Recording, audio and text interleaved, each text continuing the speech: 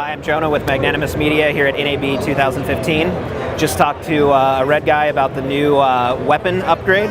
Essentially what it is basically a rehousing. The weapon upgrade is available for $10,000 if you have an Epic Dragon, so it's only available for Epic Dragons, not available for Scarlet Dragons. So if you have an Epic Mysterium and you haven't upgraded yet, they're going to keep that open for a few months. I think they said until June. You can upgrade your Epic Mysterium to an Epic Dragon, and then for another $10,000 you can upgrade to the weapon. So essentially the lowdown on the weapon is that it's basically a new camera with the same Dragon sensor, same capabilities as the Dragon.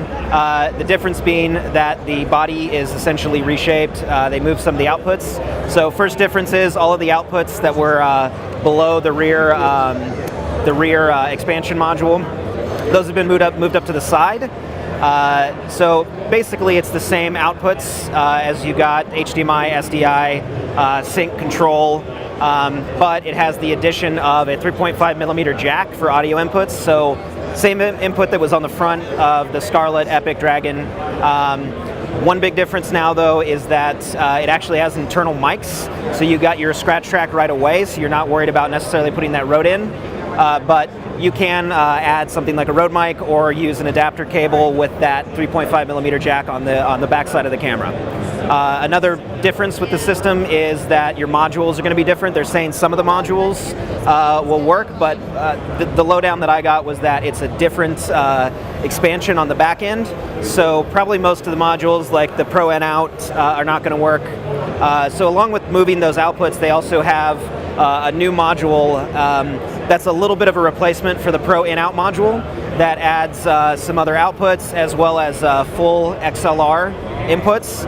So you'll actually get, straight out of the gate, professional XLR inputs with that small module. They're saying that the Red Volt XLs are still going to work. I think that module is probably going to be different.